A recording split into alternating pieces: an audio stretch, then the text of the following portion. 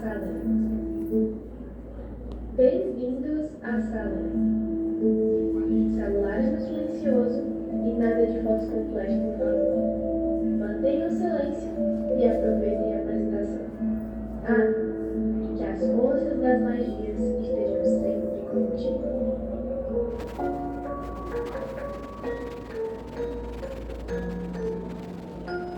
As bruxas de verdade se vestem com roupas comuns e se parecem com mulheres comuns.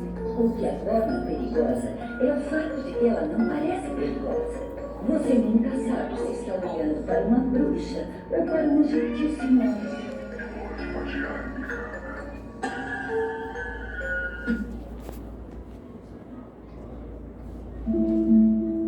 Olá! Hoje iremos falar de um dos casos mais polêmicos que se sabe sobre a Idade Média. Nada, na história ou na ciência, foi capaz de explicar o que aconteceu na cidade norte-americana de Salem, no estado de Massachusetts. A crença no sobrenatural já era muito comum naquela época, na Nova Inglaterra colonial. Em janeiro de 1692, Elizabeth Parris, de apenas 9 anos, e sua prima, Abigail Williams, de apenas 11, começaram a sofrer de espécies de convulsões, acompanhadas de incontroláveis explosões de luz.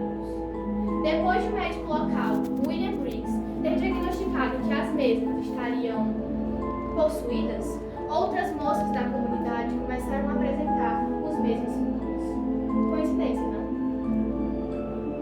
Logo, 3 mandados de prisão foram feitos para 3 mulheres: Tituba, a mulher escrava da família Parris, a pobre Sarah Osborne e a mendiga Sarah Good.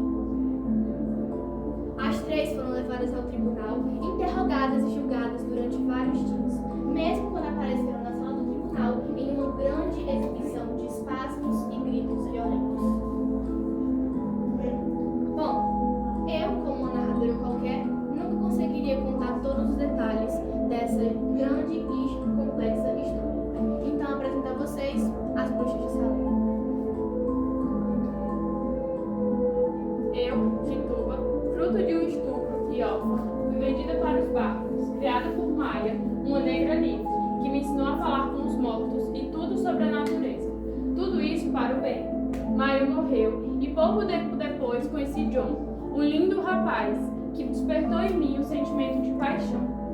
Bom, o nosso romance ele não durou muito tempo. Logo fui vendida como escrava para a família Parris, onde o pai era religioso e existiam sua esposa e mulheres, filhas dele, que sempre estavam doentes. Usava dos meus conhecimentos curandeiros para curar as suas enfermidades. E foi por isso que fui acusado de bruxaria. Bom, muita covardia, não é mesmo? Viam os meus conhecimentos como feitiços. Eles não estavam errados. Realmente eu sou uma bruxa. Vejo os cães pretos, gatos vermelhos, pássaros amarelos, lobos e porcos voadores. Inclusive, eles estão aqui. Talvez poucos de vocês possam ver, mas em qualquer lugar que vocês vão, eles estão a observar todos vocês. Já estive na presença do diabo diversas vezes. Bom, um certo dia, um homem todo vestido de preto veio ao meu encontro. Ele queria que eu assinasse um livro de pactos. Bom, eu não sou uma má pessoa, apenas nasci com uma única missão, ser escravizada. E não poderia negar o pedido do meu grande mestre, Lúcifer.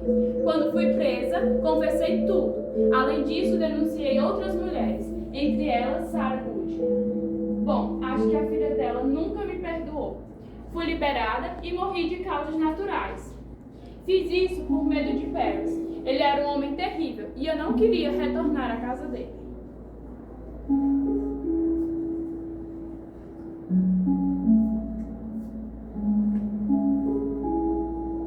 Meu nome é Dora de Tenho 4 anos e fui presa por bruxaria no dia 24 de março de 1692, por Gordon Harris. Minha mãe era uma mulher viúva quando se casou com meu pai, William, em 1682. Mas os pedreiros conquistaram nossa casa em Salem. E em 1692, viramos mendigos. Foi quando tudo começou. Minha mãe era uma mulher problemática e foi acusada de bruxaria pelas meninas Abigail Williams e Elizabeth Parris. Minha mãe, Sarah Osborne, e a serva do reverendo Parris, Tituba, logo chegou a minha vez. Eu fui mandada para Boston, onde fui presa e interrogada por 2 semanas. Eu estava faminta, com frio e morrendo de saudade da minha mãe. Desmoronei e disse aos credores o que eles queriam escutar: que minha mãe era uma bruxa, associada com o diabo, e que quando criança ela me deu uma cobra que me mordeu. Era tudo mentira! Eu fui obrigada a dizer aquilo! Ela foi mandada para o tribunal de Owens, onde foi julgada e condenada à morte, na forca. Eu nunca fui acusada, mas eu fui mantida na prisão fria de mim, até que meu pai conseguisse 50 libras para pagar minha fiança. Bom, a essa altura eu já estava insana. Depois de muitos desentendimentos, William Phips entrou em ação. Ele era governador da Baía de Massachusetts. Ele estabeleceu um tribunal para decidir o que fazer com as acusadas de bruxaria. Com isso, em 1692, iniciava-se oficialmente o julgamento das bruxas de Salem, com o intuito de proteger a cidade e todos que nela viviam. Por se tratar de uma boa causa, as séries de audiência eram consideradas da luz, o que deixaria os homicídios como uma troca justa entre a vida das assassinas em jogo pela vida dos inocentes. Isso é um absurdo. As mulheres começam a conquistar seu espaço na sociedade e os homens de Salem acham que a cidade foi tomada por bruxas. Sinceramente, o que esperar dos homens? A quem deve interessar, sou de fato uma bruxa. O que acontece é que eu fui presa diante das acusações mais estúpidas que existem. São 3 delas. Tirando o fato de que eu sou mulher, o que eu já me tornava algo fácil. A primeira acusação é porque eu sou viúva. Mas me digam vocês, o que poderia eu fazer para o meu marido ainda estar vivo? A segunda delas é que eu uso preto. E agora uma cor define se eu sou bruxa ou não? O terceiro motivo, ele é o único que faz sentido, porque é verdade. Eu trato mal meus vizinhos. Eles e aquelas crianças sem pais que ficam destruindo o meu jardim. Não sei por que fui julgada. Fiz o que esperavam. Confessei ser bruxa e passei por várias séries de tortura. Mas no dia 11 de junho de 1692, eu, Bridget Bishop, fui a primeira mulher que deu abertura à série de julgamentos que assolou Salem. Não houve solução. Tirei e vou tirar o sono de muita gente ainda.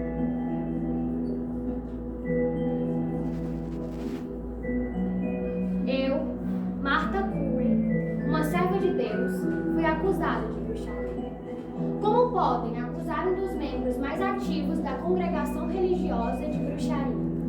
Cometi o erro de questionar e enfrentei as acusações. Tola fui.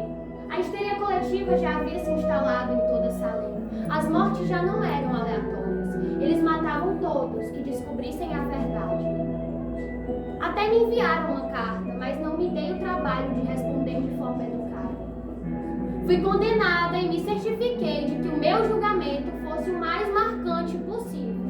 Me contorcia, gritava e, como maestra de uma banda musical, todas as bruxas que ali estavam sendo julgadas repetiam os meus movimentos com maestria.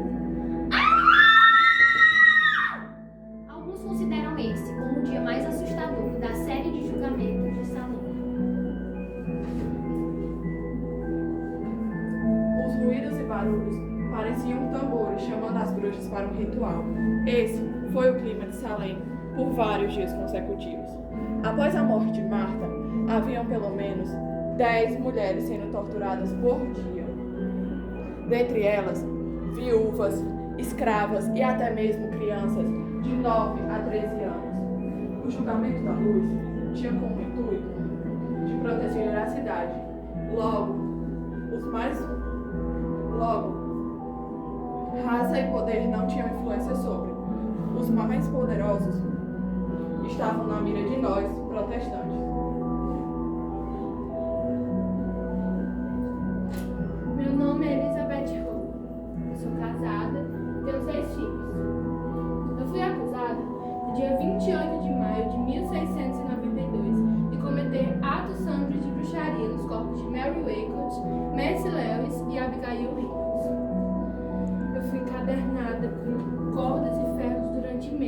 sujeita a insultos e exames intermináveis. Bem, quando eu estava presa nessas condições, eu tive o privilégio de poder contar com o apoio da minha família, que se revezava em constantes viagens a Boston. No dia do meu julgamento, 2 dos meus principais acusadores sofreram um ataque. E como mais fácil, eu fui acusada de tê-los atacado. Mary falou que eu tinha atacado 3 vezes. Eu a sufocava e beliscava. Mas, quando vieram me questionar, eu apenas falei: se hoje fosse o último dia que eu devesse viver, Deus sabe que eu sou inocente de qualquer coisa que venha dessa natureza. Eu, Sarah White, fui acusada injustamente de bruxaria. Fui exonerada. Minha reputação não era das melhores, graças às desavenças vividas anteriormente.